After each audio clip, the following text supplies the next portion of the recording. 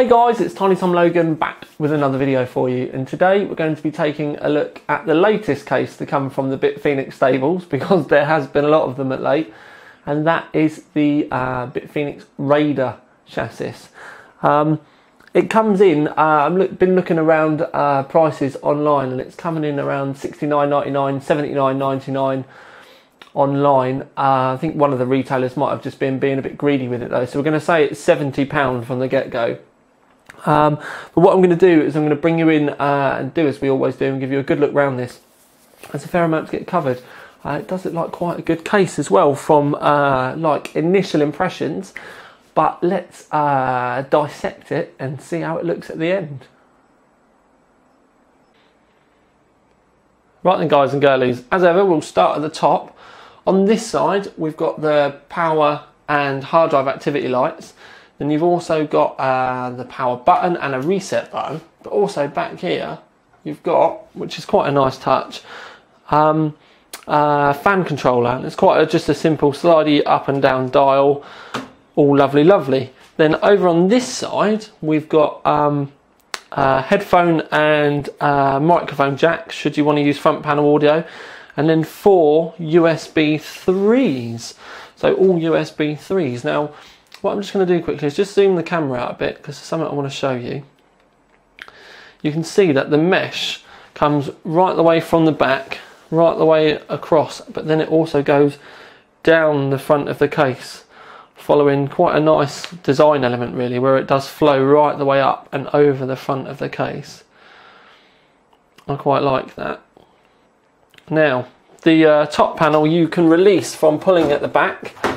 Because of the cables and stuff, we can't get this right off because we've actually got the it all built on the inside, but there is a 200mm fan mount at the top at the back there. But the reason why I mainly wanted to pull the top off is because that's how you get the front off. Now with the front, as you can see that you've got these cutout areas, and this is for where the front end airflow. There is some foam in there, and you can see through there, but you can see it's not going to be the freest flowing. You can still see through a bit, but with these cutouts restricting flow, and then this as well, it'll be great for keeping dust, but it's not going to be great for airflow. Another thing with these mesh filters is to clean the dust, you are going to have to remove the mesh to be able to really get in there and clean that dust at all. Also, over a period of time, because of those cutouts, you'll end up with shaped dust sections on the front of your case. You may just be able to hoover it off with like the brushed attachment that you get on your hoover, but I would have suspected after a few months you'll want to be removing this to give it a good clean. Also, if we move slightly further down the front of the case while I've got it off, you can see that there is a total of, there's one there which has already been removed, but 1, 2, 3, 4 optical bays in total. In the front of the case there's 220mm BitFenix Spectre fans fitted out the box. These are just the standard smoked frames or blacked frames one, and there's another 120 in the back. So there's 320mm fitted in the case in total. You can also fit a 200mm fan in the front should you wish. Obviously you'll have to remove the 120s, and you can also fit another 200mm fan in the roof should you want, but in the roof there's no 120mm options at all. Right then peeps, onto the back of the case. We've got the power supply in the bottom, and it's a dual mount power supply as well, which means for some strange reason you can have the power supply whichever way round you like. Regular watchers of my videos will know where the comic angle of that was coming from.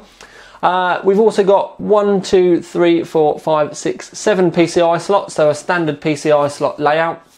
120mm maximum fan in the back. There is a mount there for what appears to be an 80mm fan, but obviously you'd have to be mad if you actually wanted to use that. 2 water cooling grommets in the back of the case, and there's also a pass-through slot for should you have to use USB 3 externally rather than the onboard, but again, it's nice to have that feature there. I think it's now time to whip the back panel off, and we'll have a look at the back quickly. Right then peeps, back panel. The panel slides on and off like a regular panel really. You will probably find it quite difficult to give it a push once it's been on there for a while, especially when it's stood up. But it does come off, and it is just the kind of standard slide and lock fitting. The side panel, it has got a bit of flex in it, I've got to admit. The side panel is the bit of the whole case that I think makes it feel quite cheap, if anything. But when we expose the back of the case, there's an immense amount of room.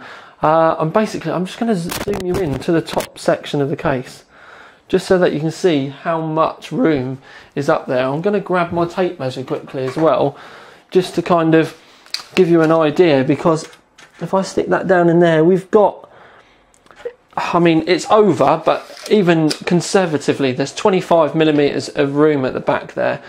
So there's loads of room at the back of the case for your cables.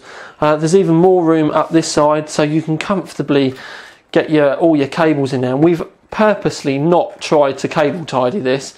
We've just kind of plonked everything in there, got it in the back, and there's no problems with getting your cables round the back. So even once you've kind of filled up your hard drive bays and stuff, it's really, you know, there's plenty of room there. And also there's a monstrous CPU cutout, and I mean, it is ginormous. So that's going to be good for motherboards with different orientations, and believe me, it does happen. And also, again, I'm going to zoom you up to the top again, just because I want to show you this.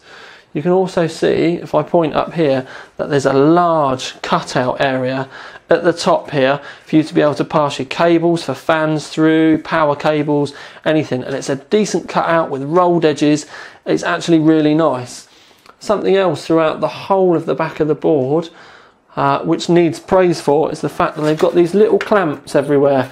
Now, basically what that is just so that you can zip tie your cables down should you wish, and they're scattered around everywhere, and they're very well placed, to be perfectly honest with you. You can make quite a tidy build at the back of the case there should you want to put the time in. But obviously, because of the amount of room that's there, if you are feeling lazy and just want to do it quick, you can just shoehorn everything in, and you'll be able to get it all in there without too much of a problem. At the bottom of the case, it's worth pointing out, although I'm not going to remove them, that there is a mount in the bottom for a 120mm fan, which is dust filtered with what I would call is a regular kind of mesh dust filter. But there's also a dust filter for your power supply, should you orientate it with the fan pointing downwards. Obviously I don't, and I haven't done in this build, but should you want to, it is possible there. And quite strangely, the feet aren't screwed to the case. I'm just going to pull this one off, but they're actually stuck to the case, which I found quite strange. You do have to give them quite a pull, but I was just doing it for the sake of I wanted to see how easily they come off. They don't particularly come off that easily.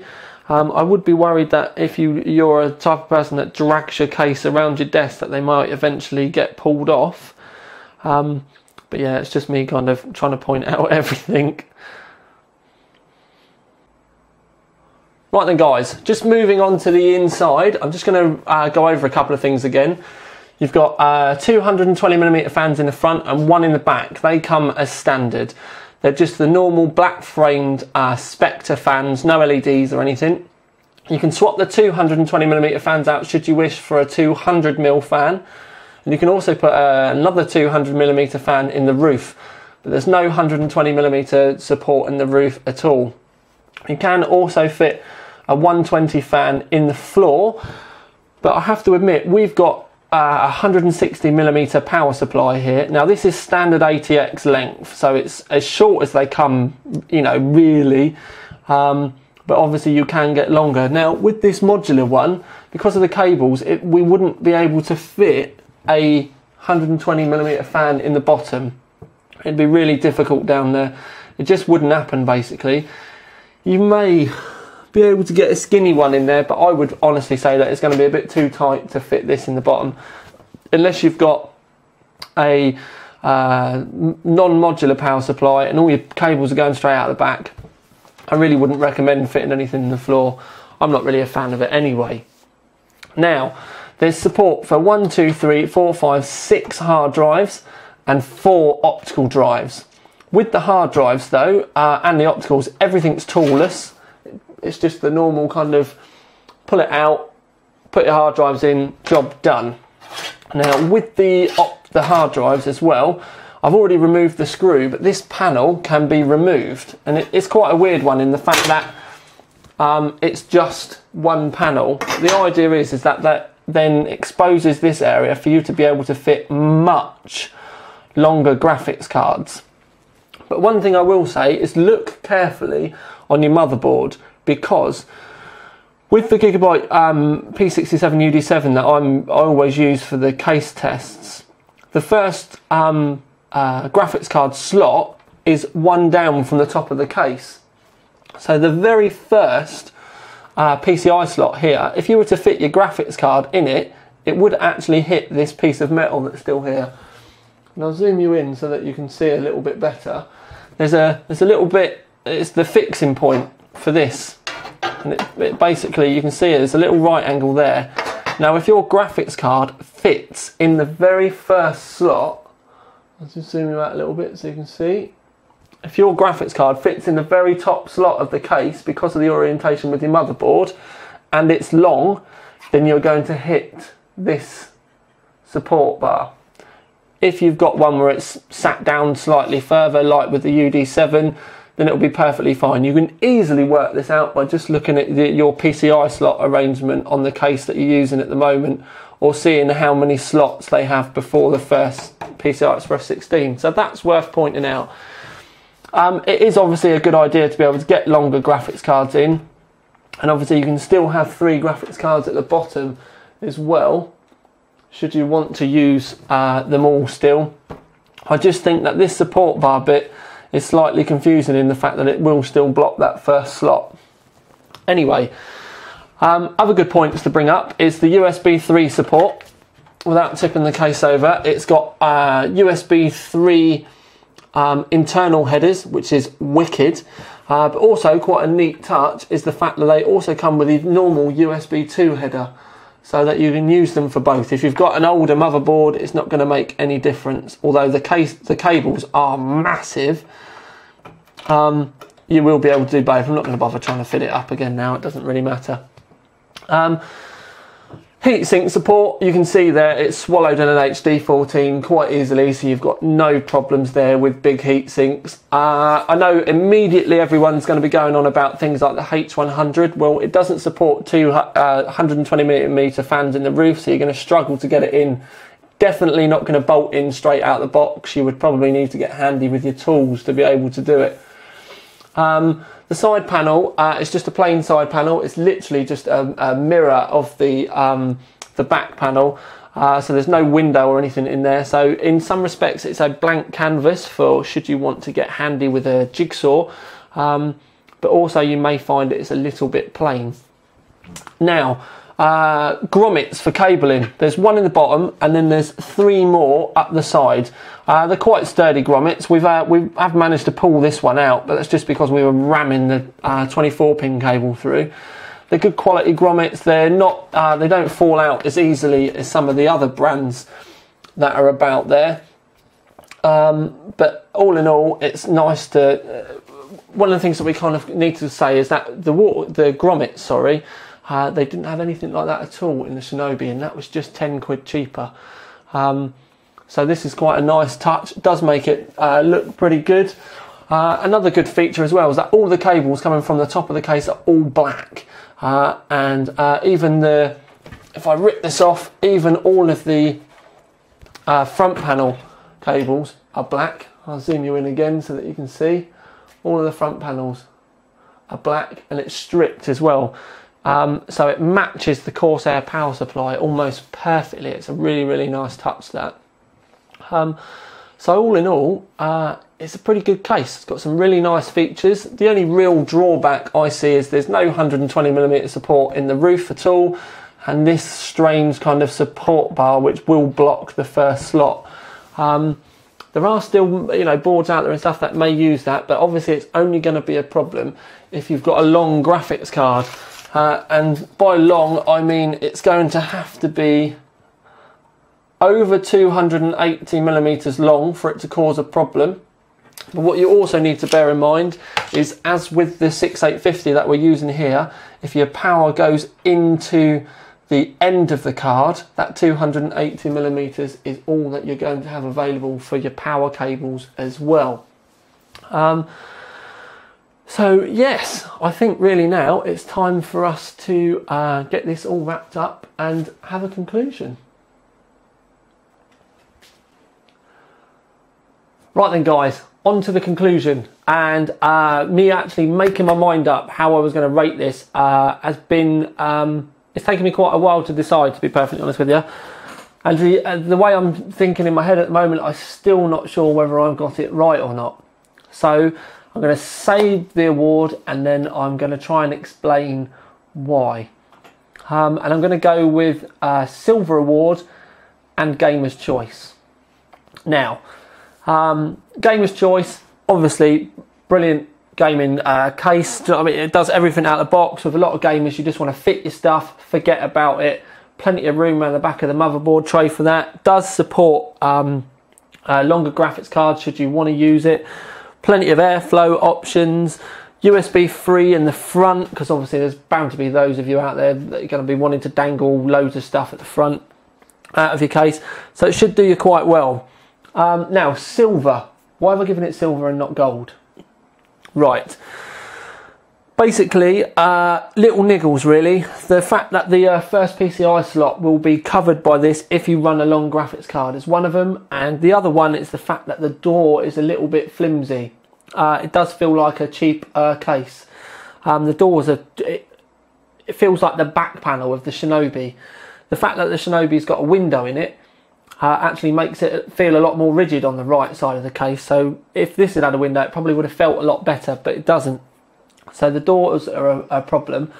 Another thing that I'm kind of thinking about is that you've got no 120mm support in the roof.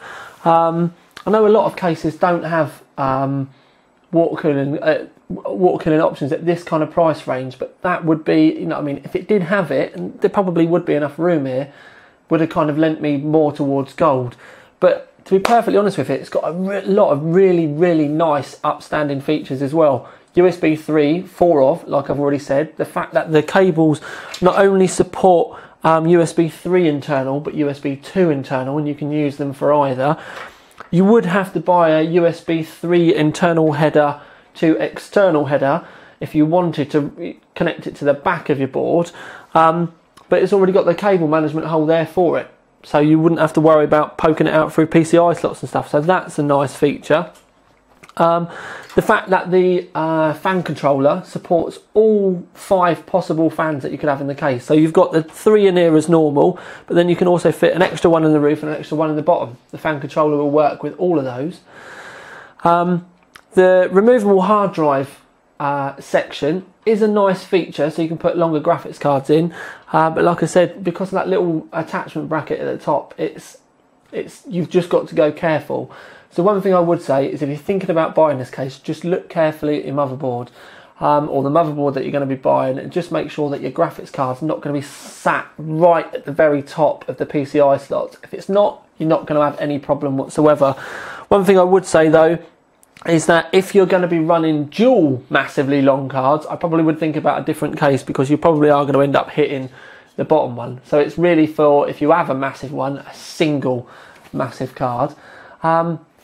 But I don't really see that being too much of an issue with this, considering its price. I do really like the way it looks. The fact that it's got the mesh that comes from the front and flows right the way up and over the roof, I really like that. And it's also nice to see finally a BitFenix case with a bit of dust filtering on it as well, especially at the front. Even though it's not necessarily going to be the best dust filtering in the world, it's still there for a case of this price. And there are dust filters in the bottom and for the power supply and the extra fan as well. So there are a lot of nice features. It's just kind of a couple of really niggly things that I don't necessarily like that much. But that's why I've given it silver. It's still an epic case as long as you put a little bit of thought into the hardware that you're going to be putting inside it. You won't run any. You can work out whether you'll run into any problems. But I give it the Gamers Award because you can fit in a really good gaming rig in here and not have any problems with it. Obviously there's cable management there should you want to use it. There's plenty of room at the back of the board if you've got a non-modular power supply. There's lots of really nice features to go there. So that's what I'm going to leave it as. Silver Award, which by no stretch of the imagination means it's a bad case. It's a brilliant case. And also the Gamer Award, because I see this being very popular for those of you that are building a rig that's going to be solidly for gaming. Something I will say though is if you're leaning towards kind of like projects and stuff like this, there's a fair amount that you can do. Because obviously you can put windows in the side panels. Because of the mesh at the front, I would be tempted to kind of be talking to you about water cooling, but water cooling in the sense that you will have to mod it to be able to use it, but the possibilities are there. And then obviously because of the products that BitFenix have already got out, like their Spectre fans and the Spectre Pro fans, which are just about to be released, just have been released depending on when you watch the video. You can change all the fans out as well. Obviously the Alchemy cables would look awesome in this, poking out from those cable management grommets. You can go in so many directions with it to make it your own, which is one of the reasons why the BitFenix cases have been doing so well in the market. So I'm going to leave it there rather than rambling on, because I'll more than likely end up going over everything all over again. But this is Tiny Tom Logan with the Silver and Gamer's Choice, I should say, award-winning BitFenix Raider case out. How long can I do this for? Do-da, do-da. How long can I do this for? Do-da, do-da day.